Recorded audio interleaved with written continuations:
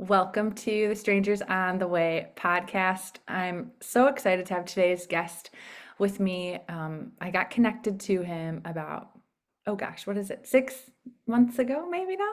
No, 3 months ago, through something called Kylo University. Just keep your love on university.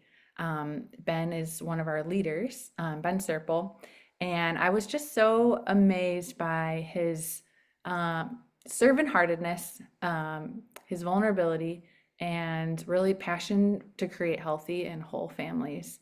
Um, yeah, I've been marked. Our team, our like class has been marked, I would say, by his leadership, and yeah, I just want everyone to hear from him and his family. So, Ben, welcome to the podcast. Thank you so much for being here. Could you start by just sharing with our listeners a little bit about who you are and some things that you're passionate about? Of course, yeah. Very, very kind intro, Lauren. Thank you. At the time of this filming, we are a week away from the end of Kyle University. So if someone's listening to this, you should reach out to Lauren and say congratulations, you made it through. Graduate. Yeah, that's right. Yeah. You might hear it a little bit in this podcast. It's hidden. Uh-huh. Lived in America for 22 years, but I was born and raised up until 18 years old in Australia, Melbourne, Australia, not Melbourne. That's Florida. Okay. I'm from Melbourne, Australia. Uh, I grew up playing sports, basketball, tennis, soccer. I'm sure there's other ones. I think I was born underneath. Well, actually, I was gonna say I was born underneath a pew. I was actually born on the freeway. I was born Literally? in a car. Literally, my mom was driving. My dad was driving. My mom's like, "You should pull over." My dad said, "Don't pull over. I'm not pulling over. We're going to the hospital. You should pull over. I'm going to the hospital. His head's coming out. Pull over." So my dad Oh delivered me my. with my sister, who was 2.5 years old, in the back seat. Just so Wow. Lord had different plans for me from the beginning. Uh-huh. What an Um, entry. yeah, so that was in Melbourne, somewhere close to the city. My mom was driving my pastor, Banning Leapshire, years ago. He was visiting Melbourne, and they're driving to the city. As they're driving on that freeway, she points to the side and says, "Ben was born right there." So that's where Wow. it started. I love that. But yeah, I was really engaged in church from a young age. Just loved being part of the church. I was the kid that would call him to get up there and pray at different times. Um, while, part of my story really is learning about what I now call living out loud. Hmm. Um, it's a song now and it's ministries and it's all out there, but the Lord kind of worked on my heart in I want you to be the same person at church, at school, at work, with friends. And that wasn't the case. And I was passionate about the Lord. I loved church, but then I would go to school and I'd put on a different mask because I thought I had to be a certain kind of person in front of those people. So that's a huge part of my story, growing up in Australia too, is just learning how to be the same person everywhere I went, Yeah. which I think is Wow. common for a lot of us, is just having to navigate what we think people want versus what God's asking us to be. Yes. Oh, that's so good. Would you say So that when did that kind of settle in for you? yeah, I it felt solidified, meaning I could walk it out with confidence, probably around 15, Wow. That's amazing. I feel like which it is takes my people, yeah, their yeah. whole lives. I mean, that there was still time to work it through for sure, and there were still mistakes I made and lessons I learned. But I think I made a decision, which is actually the first time I came to America as well. My first time in the States was at 15 years old Wow. by myself, which starts a whole nother part of my story. I met my wife to be at 15 years old. Wow. And I got home. I was here for 6 weeks during the summer. I missed 6 weeks of school. My parents were so full of faith, or just irresponsible. I think they were full of faith that they said yes. Met Brittney, my wife now of 21 years, and uh, when I got home to Australia, I called her back and said, "I think I'm going to marry you one day," which I Wow. wouldn't encourage 15-year-olds to say. However, I was right. You're like, I got this one. Yeah. Wow. Oh my goodness, that's amazing. What drew you to her initially? Well, I had one friend in America, and if you know of Kyle University or Loving on Purpose, Danny Silk started that. He is my wife's father, aka my father in love. Mm. Um, he was the senior pastor at a small mountain town church in Weaverville, California, called Mountain Chapel. And the youth pastor was married to an Aussie I've known my whole life. Wow. So she was my only connection in America, and I came to America from a dream. I not like a night dream, like a heart dream. Like I want to go to America. And so, but my only connection was this little mountain town. Wow. So I got there, actually arrived on my wife to be's birthday, June 24th. Oh. She just turned 14. She was so young. We were so young. And I think 3 days later we met. And my friend, the Australian, she had every intention of introducing me to Brittney, thinking this could be something. So Wow. it's this wild story. But yeah, so I forget the question I was answering because I got What drew to you to Brittany first? yes. So it I think we just hit it off. We became friends, and that was a pretty instant. Like I think I like this girl, and she Mm-hmm. had all these friends and all these people around her, but she was the one I felt like I was so drawn to. And it Mm-hmm. was her dad was a pastor. I think the way she carried herself, she was confident. Um, she was feisty, which I probably Mm-hmm. needed. Uh, And so we hung out every day for 6 weeks, and then ended up going to the first Jesus Culture conference, which Jesus Culture is a large ministry. You may have heard of their music. Um, Mm-hmm.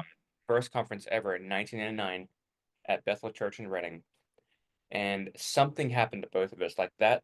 We point back to that conference and say God did something in us that we're Wow. still living from today. Wow. So that was pretty special. Oh, I love that. It's so neat. I know, yeah, healthy marriages is a huge part of your ministry and calling. So that's neat to hear where yours began. Yeah. Yeah, that's wonderful. Could you share more about that? Just your heart for family and marriage and how that developed. And yeah, I think you're teaching people such skills that they might not have learned or come from. So I'd love, yeah, to hear how that started too. Yeah, I mentioned already, I came from a great Christian home. Um, I adore my parents. I think they did a great job. They let me come to America by myself at 15 years old, and just so many great stories. And they didn't know what they didn't know, you know. So when I encountered the Silks, Brittany and their family, they had this whole new language of Mm, communication and setting boundaries and having needs that just didn't make any sense to me. And it set me on this whole new course, especially the needs, having having healthy needs in relationship that really brings nutrients to the relationship. I think it's one of the most common conversations I have with people is learning how to have a healthy need. And so it just set me on this whole new trajectory in relationships, in life, even understanding myself and the Lord. mm, And what began to happen is it exposed some areas in my heart. And one of those is um I I learned from my dad that being passive is kind of how we get through life. Or to say it differently, it's kind of how we get through hard relational tension, is we just disengage. mm, And I'm finding out that this is pretty common. I've done a few groups now. I call it passive to powerful. It's for men. mm. Women do this too. I'm just start with men. Yeah. Uh, but it's just the idea that we disengage to try and protect ourselves. And this is what I did. So when that thing began to get worked out, and I began to find traction in my marriage, that I would show up, because when I wouldn't, my wife's having a certain experience that's no fun for her, and she feels like she's missing a husband. She has to parent the children by herself. She has to navigate the household and life stuff by herself. So when I showed up, it just had a different experience for both of us, and I found a level of confidence that I think just changes the game in marriage and then family as well in turn. So, um, I think part of it is the way that God's wired me. I love this stuff. When I discovered healthy relationships, I'm like, that's what I'm born for. But the other part of it is really my story lends to I want to give this away. I think people Mhm. need this, and people don't know this till someone shows them the way. Yes, 100%. That's powerful. I love to make things like practical for listeners. So I'm sure many of us, myself included, can identify with the like passive approach because partially you don't even know how to step into these moments, never learned it, or yes, like protecting yourself. So like what is step one? Like Yeah. how do you start to shift it? So I would start with this. What are you afraid of? That's one of the questions I ask myself and other people often is, what am I afraid of? And with a level of confidence, I can say it's typically one of two things. It's I'm afraid of failing, or I'm Hmm. afraid of rejection, Hmm. or some combination of that. And because of that fear, it feels more wise or safe to just disengage Mhm. and protect myself from what could be a failure or could be rejection. And I think the other thing I've discovered is the fear of rejection or the fear of failing actually feels more powerful than the experience of failing or being rejected. Hmm. Because we've all experienced rejection, we've all experienced failure, and we're okay. Yeah. But the fear seems to freeze us and shut us down. So if I can remember, I'm going to be okay, even if I experience the thing I'm scared of, Hmm. that helps me begin to move towards it. I think Hmm. we have to understand why I'm afraid of that, where it's coming from. But I think finding the root mixed with doing it afraid, that's helped me so much. Hmm. Oh, so good. I love that. You had talked about too needs being such a like game changer for you. How did you start to recognize like, oh, I have needs, or like, this is how I communicate them? What did Yeah. that look like in your story? Yeah. So this is first year of dating. We had dated for a year, long distance. I came back when I was 17. Brittany was dating a different guy. I kind of stole her back, so to say. Oh my goodness. It Love worked out. Um, it. there's a whole story in Loving Your Kids on Purpose that her dad wrote. So if you want to read the whole story, go get that book. Or Yes. her book, this is a quick commercial. Brittany's book is Imperfect Parenting. That Yeah. story's in there as well. So if you're really curious, you can go get those books. But Yes. we dated long distance for about a year, and then I moved here at 18. And in the middle of that first year together in the same country, uh, we got so, well, let me say this. She got overwhelmed. Mm. Um, and I just felt like I was failing because my wife knew how to have needs, and then my girlfriend then, she knew how to have needs. I didn't. This is a new language for me. So she would say, "Hey, I'm needing this from you in our relationship." I go, "Okay," and do nothing because I'm not sure what to do. I'm not sure how to engage here. And if that one didn't work out, she'd give me a new one. Mm. That didn't work out, so she'd give me a new one. And all of a sudden, I feel like I'm carrying this 1,000-pound weight on my shoulders, just failing, not measuring up to what she's needing. And she feels like I'm not here. Mm. I'm not actually showing up for her, and I'm not engaging in the areas that she needs my strength. And Hmm. so we got to this point where we're standing outside. It was a dark evening, like every evening. It was dark. I remember that. And the conversation went to, we should probably go ask your parents permission to break up.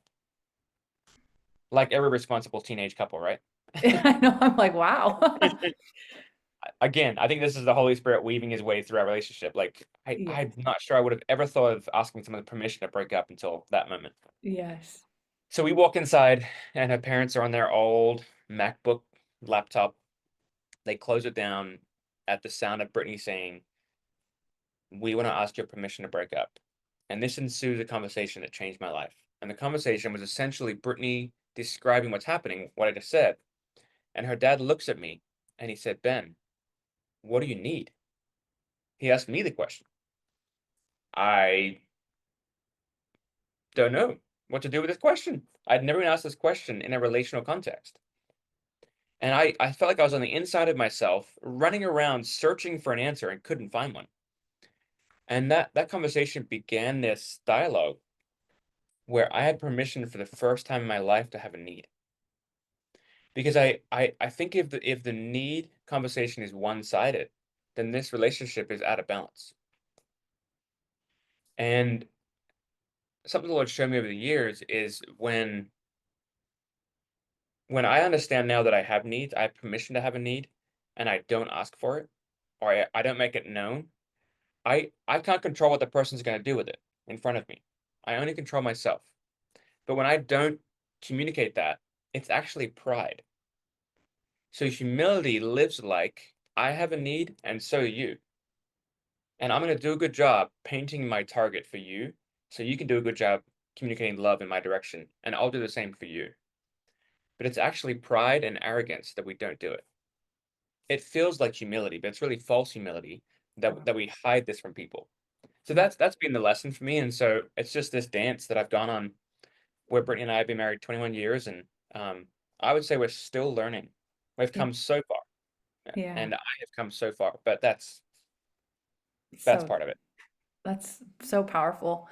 For someone who maybe like has never done this, Mhm. like recognizing a need, like what's an example that you use in like your marriage of something you recognize like, oh, I'm needing this or like that have this desire. How like what's an example of a couple needs? Yeah. Can I ask you the question? Ask me, Yeah. like what do I need? Like what would you say is your top love language? Touch. Yeah. I love hugs. Yeah, there you go. So Mm-hmm. that'd be a great example right there. Is Mm-hmm. when you give me a hug and you initiate it especially, something happens inside of me. Mm-hmm. The question of do you love me or are you choosing me goes away. Mm. Um, It's good. one of the funny examples is Brittany and I are different on every personality test you can ever take. We are opposite. Yes. But with love languages, again, we're opposite. We meet in the middle though on quality time. Cool. But what's interesting is I think relationships require me to be engaged and to learn. Mm-hmm. It's not just a plug and play because quality time to each of us is very different. Mm. But if I have my way or we had the money and the time, quality time is let's go hike a mountain. Like let's go out in the Yeah. woods and do something adventurous. She's Mm-hmm. like, let's go either walk around a store or get a blanket and watch a movie. Mm-hmm. And knowing that, like if I apply quality time to her the way I do it, it's not going to have the same impact. Mm. So in the same way, I want to understand what your target is so I can say it the way you hear it more than just uh I like hugs, so you must like hugs too. Yes. Oh, that's so good. Yeah, it's I never thought about that. Like even going deeper into the love languages, like what does quality time look like to you? What does words of affirmation look like to you? That's brilliant. Yeah. Well, something else we went through in our class was the DISC Mhm. assessment. And I Yep. know you and I are similar with IS. Could you just share like how that has helped you Yeah, in yeah, in your life? absolutely. Yeah, so DISC is a behavioral measuring assessment. It's just measuring your behavioral style. It's four things, which is why we like it. It's just four descriptors. The D is dominance, the I is influence, the S is steadfast, and the C is conscientious. And they'll have different connotations and strengths to them, and then potential weaknesses. Um, and it's a really helpful tool. If you haven't done it, there's free ones out there. I'd go check it out. But I think this just gave us language, you know. Um, I think what happened early on in relationships, in work, and then in marriage too, is the difference felt threatening because we didn't have language for it and we didn't have understanding.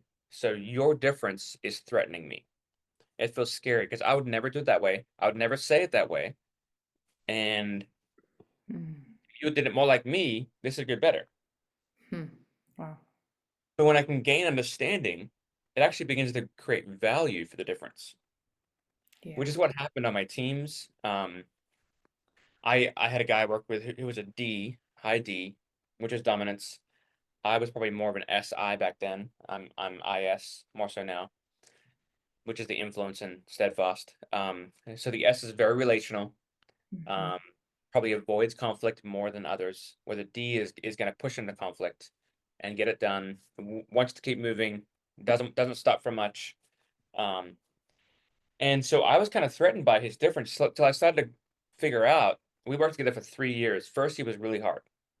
Sure. Second year, we had deep value for each other and realized I need you to be different. I don't need you to be like me. I need you to be you because we need the difference in this team or in this marriage. So Hmm. same with Brittany and I, you know, so that piece right there has been really helpful. I think the I for me, the funniest way that I've described this, and this is my world, in church and different rooms that we get in, the I wants the microphone. Hmm. You know, I want to influence, Hmm. and the more I can influence at once, the better. So Lauren's here doing this podcast because she's like, I want to influence, which is awesome, and it's working. Where the S is, if there is any relational disconnect, I feel like I'm off balance, so I can fix that. Yeah. And these really are superpowers, I think, that we each have. And so identifying how you're wired is really helpful because it sets you up to know where you should be, what you're motivated by, what you're going after. Hmm. And it should also stop and slow down the comparison. Yeah. Because if I'm not aware of myself, I'm looking to be somebody else. Yes. And that's what it's done for me too, I think, is it's got me more comfortable in how God's wired me. Mm. That's so powerful. Um, a- as you, yeah, as you navigated things with this D and Mhm. C, what did you find like, what's a D superpower? What's a C's superpower? Yeah. So the D is we are moving forward. Mm. We're taking the mountain. Yep. Think of any great leader that you look at. There's a high chance that they either are a high D or they have someone really close to them that is. Mm. Um, from Winston Churchill to many of the presidents in America. I mean, the list goes on, but um, they either are a high D or they have a high D next to them. Hmm. So, like at Bethel, I'm not sure Bill Johnson's a high D, but Chris Vallotton is. Hmm.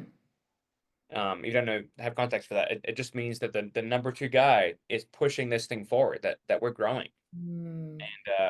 and we're gonna fill the landscape that God's giving us to fill. Yeah. Yeah. So um, I think we need those kind of people around us. And my urgency is not as high as my wife's. Mm. She's a high D. Mm-hmm. She has this urgency, so I have to go borrow some of that sometimes. I'm like, it's okay, it's fine. Sure. Well, actually, it probably needs to be more urgent. And so she has that thing. She has that D. Mhm. The C, Brittany's dad often says that a high C is going to keep us out of jail I love it. Yes. because they're the person that's going to pay close attention to the details. Mm-hmm. Really funny example. This morning, I'm near the very end of a bathroom remodel, and there's this mirror I'm trying to put up, and this is like 7:30 in the morning. I'm just trying to get little things done every chance I can get. And so there's four holes in this mirror. This is a random story, but what it's meant to be is if it's vertical, use two holes. If it's horizontal, use two holes. Well, I used four holes because I'm moving too quickly. I'm trying to get it done. Mm-hmm. Sure. And Brittany walks in and says, I think you're just supposed to use two of the holes. Maybe you need to slow down and Hmm. catch the details, which is kind of a picture of our life together, you know, is Sure. I'm just moving. And she's like, have you considered like, oh, no, I didn't even think of that one time. I'm glad you're here because Right. I need someone that's considering the details. Now, Hmm. part of this is that I have to grow as well. This is not an excuse to not grow Right. and not continually get better. Um, but it's a funny example of I think the C is paying close attention to the things that we need someone to be looking at. Mm-hmm. Yeah, Yes. Yes, we need the C's. yeah. It's so amazing how we're all so multifaceted, but we do need each other. But if we Totally. don't understand each other, oh man, it can just be challenging. Oh, that's Seriously. fascinating. Well, I know that you're also passionate about men and building like healthy men. Could you Yeah. share like what that journey has been like? And I'd love to hear too. I have just a lot of guy friends, and they're walking through like really interesting challenges. Um, yeah, it's broad, but how have you helped them? Yeah. Um, I'll start here. Uh, I mentioned my passive to powerful thing earlier. Like that's some men. I think Mhm, all men probably have a passive muscle or passive um fallback that they hmm, use. So even identifying that. But even deeper than that, Brittney's dad recently wrote a book that really is creating language for what we've been doing for a while. mhm, Watching, I'm holding it up right now. It's called The Way of the Dragon Slayer: 7 Reasons Men Need Brothers. And so this is something we've been doing for about 5 years now, about 4.5 years. Brittney's dad got the 12 men around him that just do life together, where we meet every month for the last 4.5 years. wow, And then from there, I've done the same thing. I'm part of Brittany's dad's group. I now have 12 men that I've surrounded myself with that I call deep covenant brothers. That I told each of those men, I want to spend the rest of my life with you, hmm, and you wow, could move as far away as possible, and we're gonna find a way to stay connected and keep building this brotherhood together because I don't want to do this alone. And yeah, that's been the first thing for me is we have to, like, from what I've experienced in the last 5 to 10 years, I've realized that the big non-negotiable for me is I'm never doing life without brothers. hmm, wow, Meaning I'm never doing life without men that have access to my heart, have access to say, "What are you doing? Stop it. Get back up. You have what it takes." hmm, Men who will call me to my greatness and then keep me accountable to it as well. I mhm, think this is it's so vital, and so many men just don't either know how to or are scared to be that vulnerable yeah, with brothers. So that's a big part of it, is just really helping men catch a vision for covenant brotherhood. mhm, And then hiding inside that book as well is very much of what we talk about everywhere else too, which is there's these 7 dragons that men have to confront, hmm, and one of those is man and God. I mean, just a few of them to illustrate. Man and God, man and himself. That's a big one. Man and women. hmm, That could be sisters, it could be daughters, it could be wives, mothers. Men and brothers. Um, Man and provision. hmm, That's a big one. So there's just these dragons that seem to take men out, and it just shuts them down and puts them on the sideline. That we need men to show up. yeah, I think the way Bill Johnson said it years ago, it's just stuck with me and really has become kind of a life phrase for me. Is he said men set the standard for love in the home, wow, which really means that men are the chief sacrificer. Which is the whole Ephesians 5. yeah, Get hung up on men have to be the leader. What that really means is men are the greatest sacrificer, the greatest servant in the home. hmm, That they should the smell of burning flesh should be coming from them the most. wow, Uh just to put it graphically. yeah, So, but yeah, men set the standard for love in the home. So I want my family to never question that I will, you know, um I'm gonna say what I'm gonna say a different way, but we often say that I would die for you.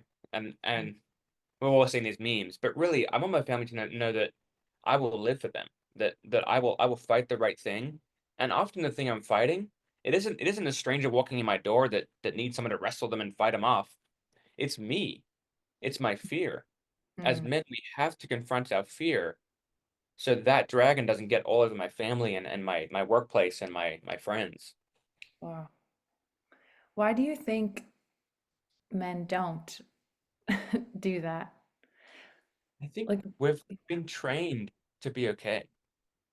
hmm, I think men for generations have just been trained that we need you to be okay. The society is telling men we need you to be okay because when you're not, we're not sure what to do. hmm, hmm, So we have to kind of retrain the mechanism, so to say, that we're okay if you're not. We just want to hear your plan of what it's going to look like that you keep moving. Just don't stay here. yeah, My wife is fine to hear I'm having a bad day. She actually wants to know about it. Yeah. If she does know about it and I'm hiding it, she can tell, and it creates a whole different problem. Yeah. So she wants to know if I have a bad day, but she also wants to know I'm not going to stay there. So the issue isn't to hide it necessarily. It's to let people in and Mm-hmm. then keep moving forward. Mm-hmm. Yeah. It's so powerful. As you were talking, I just keep thinking about the church, and there's so many leaders like falling, and I really do believe it's like an exposing for healing. Um, Yeah.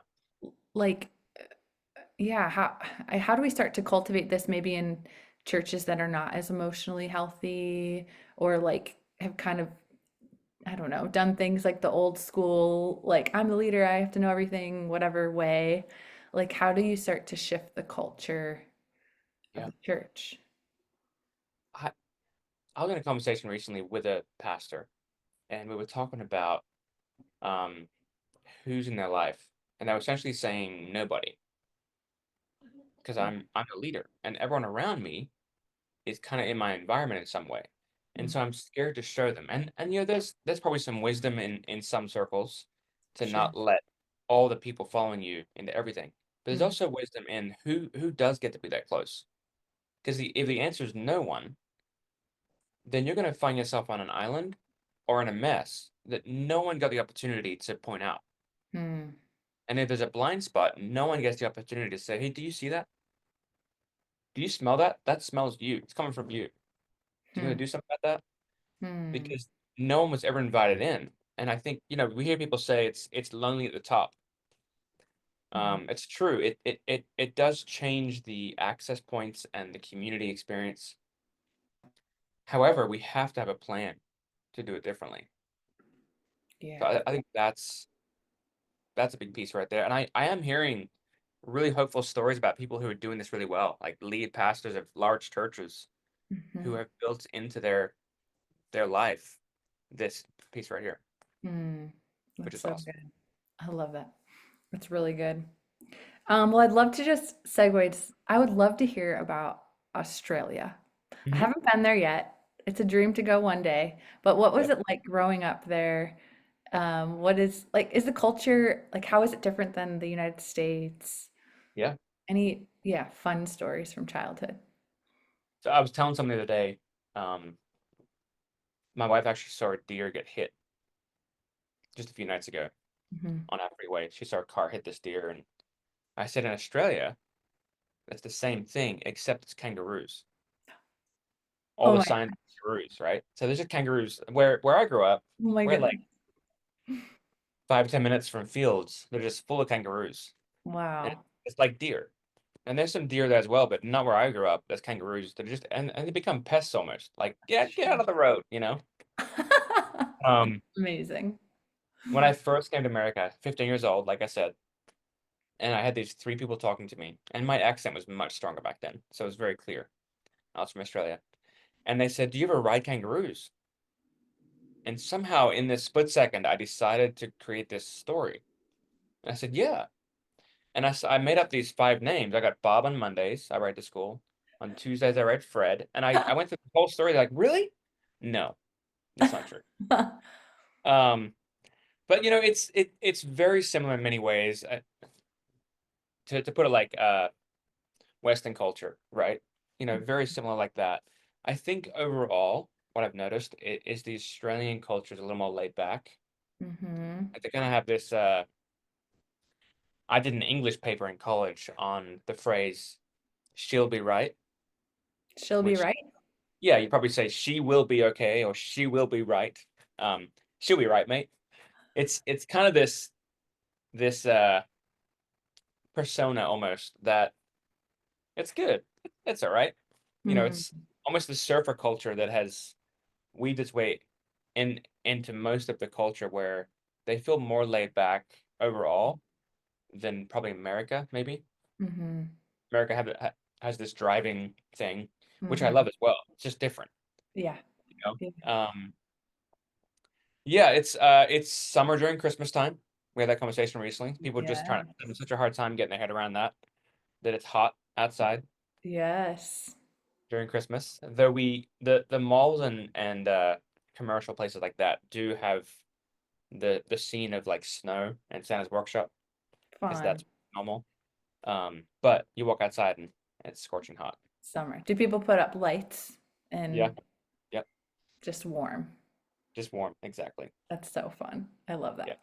Well, this podcast is to encourage people to meet a stranger every day, really just to, and more like the higher scope is to meet people, to be connected, to not live alone. And do you have a story of I know before we were on here, you said you've never met a stranger. I get it, totally get it. But any stranger stories that stick out to you from your life, or anyone that's made an impact on you yeah. that you didn't know? I mean, there's so many stories honestly I could think of. But when I was considering that question before we jumped on today, I actually thought about a friend of mine now. We're good friends now. But I met him in a food line Hmm. at a Jesus Culture Pastors conference, probably 16 years ago. His Fun. name's Zach Curry. He now runs the San Diego Jesus Culture campus Wow. down there in Southern California. But we're in this food line and we just met. He was running a small youth group in Chico. I was working in Redding, and we just had this conversation.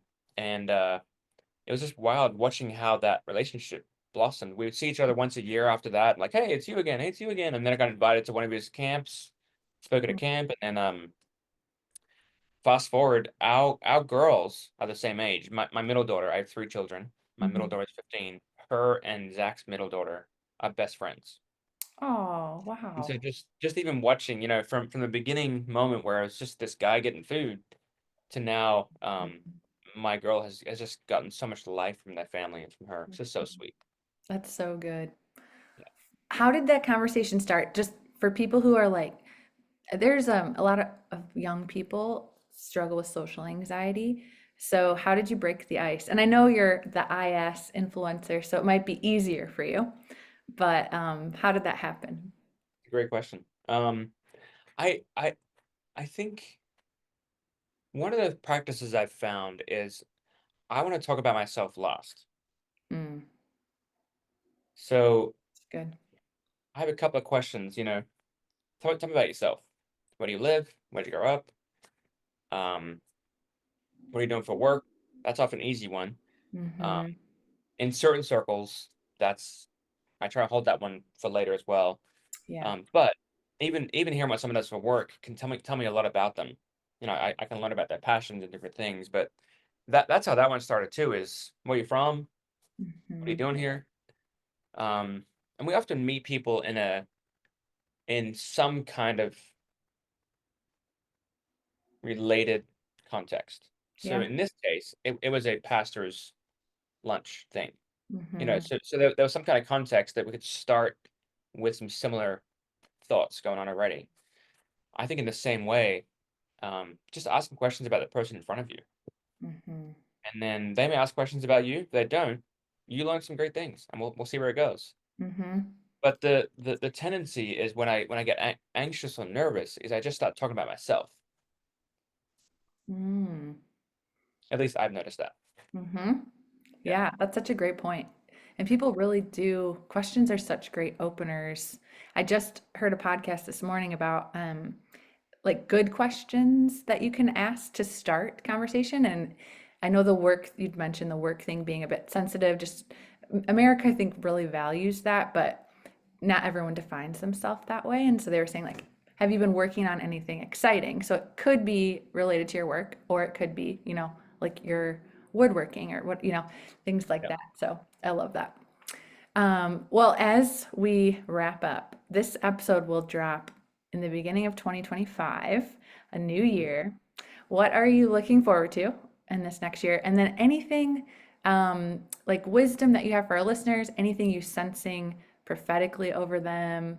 Um, yeah, any just like Ben wisdom as we start the new year. I love it. This has been so fun, Lauren. I love what you're doing here. Uh, my wife and I are spending a lot of our energy right now talking about family revival. Mm, We're actually in the process of taking over the ministry from her parents. Wow. Next little while here, we're kind of in slow transition. Yeah. Uh, and just this idea of what does it mean to have family revival? And then what does it mean, for each person, even for you, in your context, how does it show up? What does it look like? How I contribute? Because it really feels like one of the things the Lord's been breathing on for us is, you mentioned it earlier, but whole healthy families Yeah. is there's so many things we can spend our time on and so many things that we can give our time to. But if that's being neglected, then I'm not sure if anything else is more important to go Yes. back and spend time on that thing, which is the marriage, family, relationships that are important to you. Because at the end of the day, if I lost my job and I lost my house and my car, the thing that I still have is a healthy family, Yeah. and that's the most important thing. So that feels like the thing really that we're really passionate about. That really feels like the Lord is breathing favor in that area for us. Mm. Um, I think the other thing that feels maybe a little more prophetic or that he's leaning on is, I think the other thing that I feel focused on is, how do we begin to train people in bringing the pastoral anointing Hmm. to the church? Hmm. Meaning, you know, Peter and Peter betrays Jesus or denies Jesus. Jesus comes back and restores him 3 times. Yeah. And every time, Peter, do you love me? Yes, I love you. Then feed my sheep. Yes. And I think there's this commandment and this role we have as children of God and as leaders especially to feed his sheep. So that feels like one of the things too, that anyone that finds himself in a seat of influence is, what does it look like to prepare a table that nourishes the people around us well, that causes them to grow and Mm. become whole and healthy, because Mhm. that's the kind of environment that we need to live in so we can give something away. Yes. Because if we're in survival, we're giving nothing away. We're just taking. Mhm. So that's probably a long-winded version Yeah. of what I'm thinking, but No, I there we go. love it. It's going to be a great year. I It feel is. it. I really do sense, I have seen like um, I feel like around the globe, I get to be connected with a lot of different denominations. And I really do feel like this is, obviously, I feel like it's part of God's plan from the beginning. Like He worked through families, but also I just see like even men's groups just more intentionally forming. And I'm like, okay, God, like you are really like looking to restore this Come um, on. on the earth. So I love that you guys are in the forefront of it. And yeah, as you're talking, I just felt like some faith rise up. Would you mind just praying a blessing over our listeners as we end? And thank you so Thanks. much for who you are and for your time. Thanks, Lauren. Yeah. Holy Spirit, come. Yeah, I just pray, Lord, that even as people listen to this, listen to it the day it comes out, or in a year from now, God, that your presence would settle in right where they are. And that they begin to feel your version of whole and healthy. What does it look like to be a whole and healthy son and daughter, fully alive in you?